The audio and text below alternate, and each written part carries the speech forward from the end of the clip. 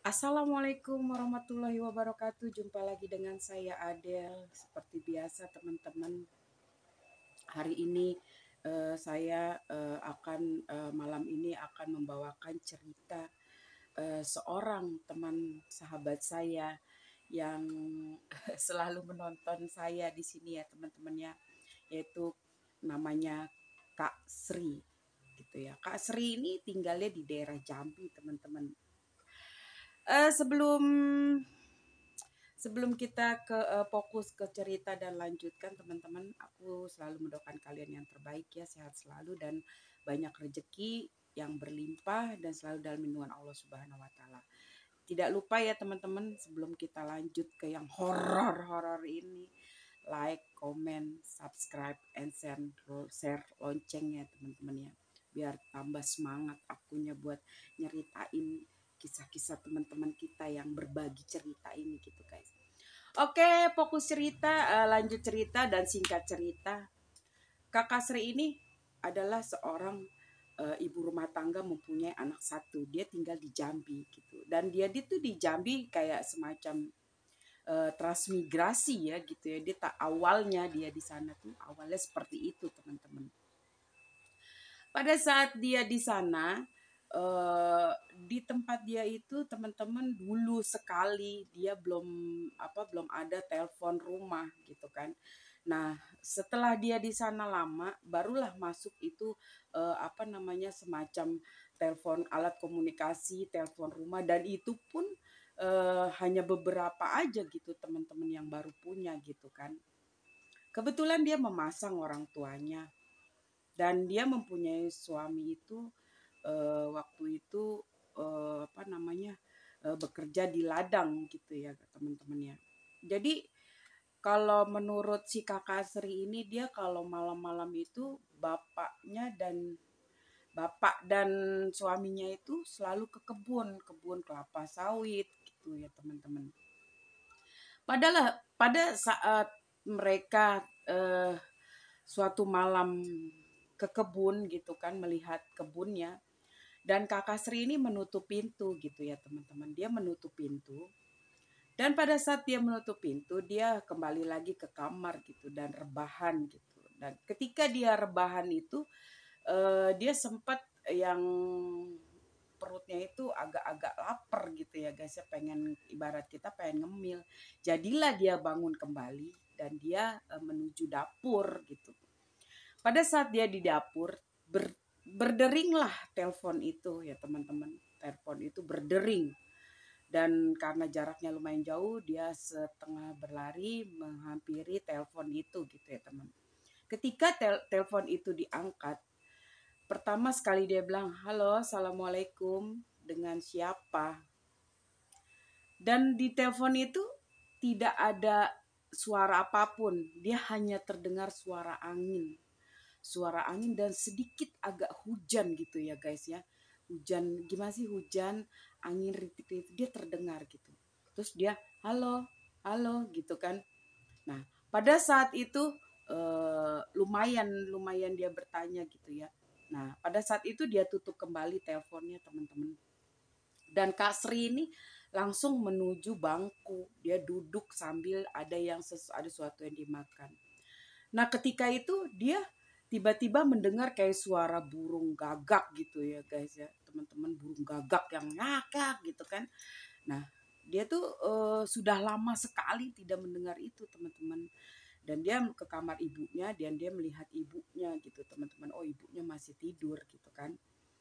Nah, pada saat dia mau minum dan telepon itu berdering lagi gitu teman-teman, berdering lagi dan dia samperin lagi, "Halo, assalamualaikum, dengan siapa?" gitu kan, seperti tadi yang dia sautin bertanya gitu ya teman.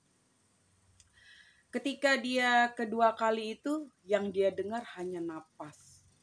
Napas orang seperti berlari, berlari dikejar-kejar. Mungkin nggak sih dia bawa-bawa telepon lari-lari gitu ya guys ya.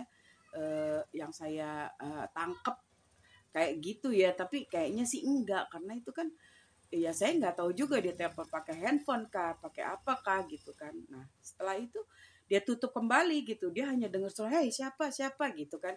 Nah, dia hanya dengar orang napas yang dikejar-kejar gitu, teman-teman, berlari gitu kan. Nah, begitu dia tutup lagi, dia duduk lagi, dan dia tuh sempat yang berpikir gitu kan, ada apa ya gitu kan. Nah, terus dia menunggu juga, kok suaminya dan ayahnya belum pulang gitu. Nah, tiba-tiba teman-teman berdering kembali itu teleponnya ketiga kali gitu teman. Begitu diangkat, jawabannya apa teman-teman? Halo. Seperti itu guys. Dan si Kasri ini merinding gitu, tapi kayak aneh, kok suaranya seperti itu, berat dan seperti berbisik gitu guys. Tiba-tiba ketika dia bilang, "Iya, halo." Merinding guys. Kebiasaan banget gue kalau ini tuh terus merinding gitu ya. Nah, pada saat itu ya teman-temannya, begitu dia, "Halo, iya, halo, siapa?" gitu kan. Cuman seperti itu. Dia begitu. "Halo, siapa nih?" gitu kan. "Jangan ganggu orang malam-malam," gitu kata Kak Sri ini.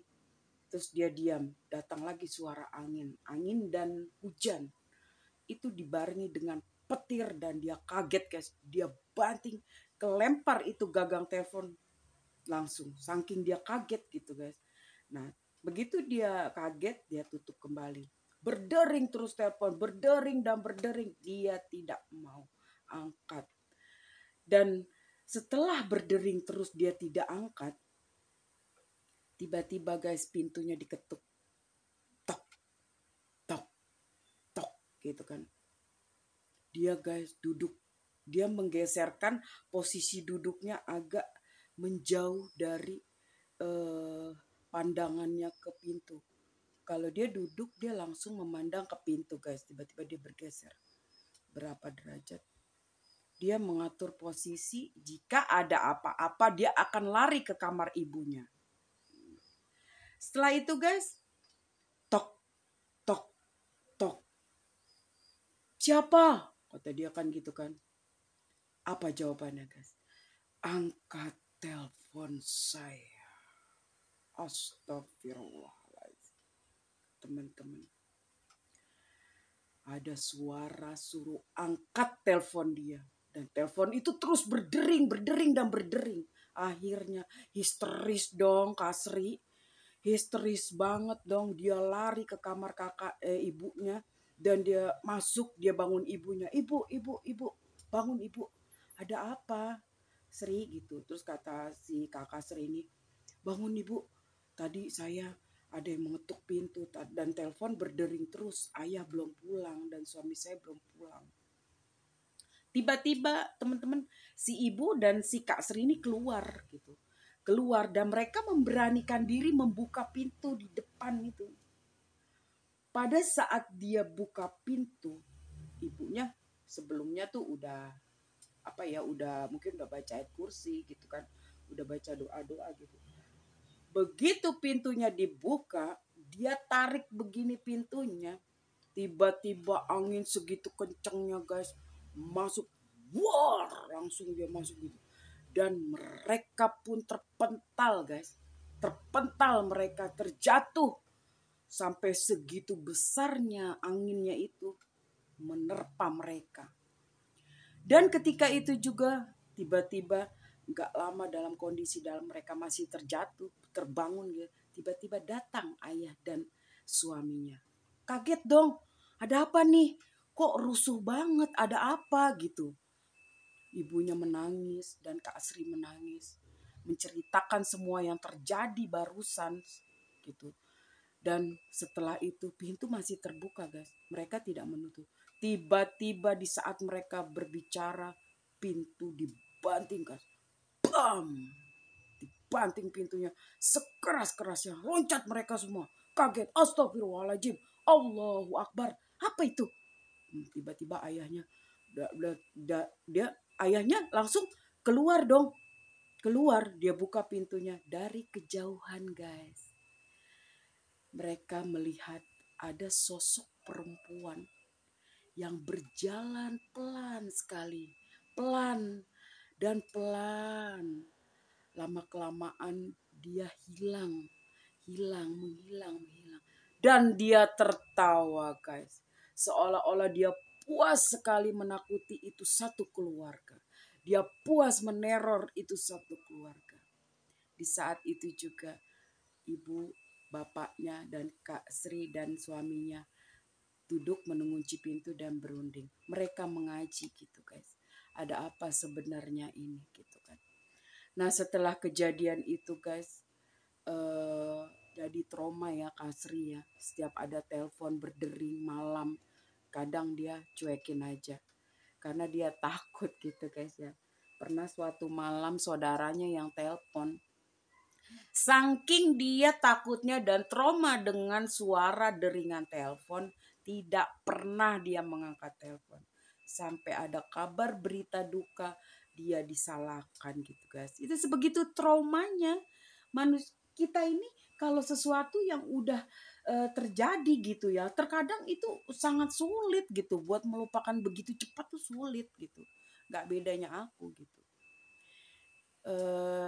Jadi kalau menurut saya sih ya semua itu kembali lagi ke diri kita untuk merubah rasa trauma dan rasa takut itu agar tidak lagi kita ketakutan dan setiap bunyi ini kita takut seperti itu.